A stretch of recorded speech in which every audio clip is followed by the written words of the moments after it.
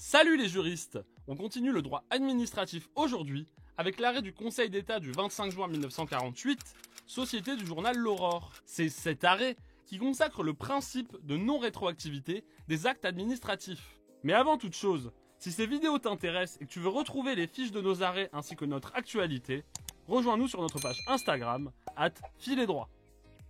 Commençons par les faits.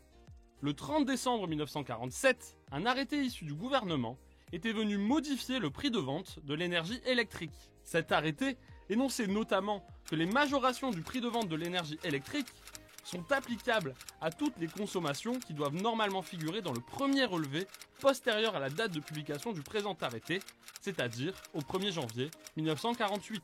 Mais problème les amis, le relevé en question, postérieur au 1er janvier 1948, comprenait les consommations antérieures au 30 décembre 1947, date de l'arrêté. La formulation laisse entendre que les consommations antérieures seront facturées au nouveau prix majoré. En d'autres termes, cet arrêté avait de façon rétroactive augmenté les tarifs de l'électricité. La société du journal L'Aurore avait alors saisi le Conseil d'État pour contester cette majoration. Le Conseil d'État va donc affirmer que l'arrêté attaqué viole le principe en vertu duquel les règlements ne disposent que pour l'avenir. Il profite donc de cette solution pour consacrer explicitement un principe de non-rétroactivité, mais il ajoute également que l'arrêté viole la règle d'après laquelle le public doit être avisé, avant même qu'il soit applicable, des prix de tous les produits et services arrêtés par l'autorité publique. Le juge fait donc le même constat que la société du journal L'Aurore, en considérant que l'arrêté a pour conséquence de faire payer à des tarifs différents le courant consommé dans les dernières semaines de l'année 1947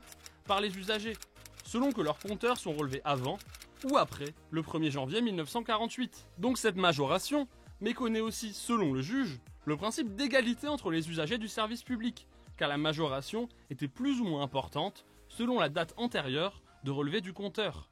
Le juge considère enfin qu'il était loisible aux auteurs de l'arrêté attaqué de soustraire celui-ci à toute critique d'illégalité en prenant toutes les mesures appropriées en vue de distinguer, fût-ce même forfaitairement, les consommations respectivement afférentes à la période antérieure au 1er janvier 1948 et à la période postérieure à cette date, et en ne faisant application qu'à ces dernières du tarif majoré. Le juge donne donc raison à la société du journal L'Aurore et annule l'arrêté de majoration. Par la suite, les amis, la jurisprudence a admis plusieurs exceptions à ce principe, notamment, comme l'a affirmé le Conseil constitutionnel dans une décision du 30 décembre 1982, lorsqu'une loi le prévoit. Voilà les juristes, j'espère vous avoir été utiles.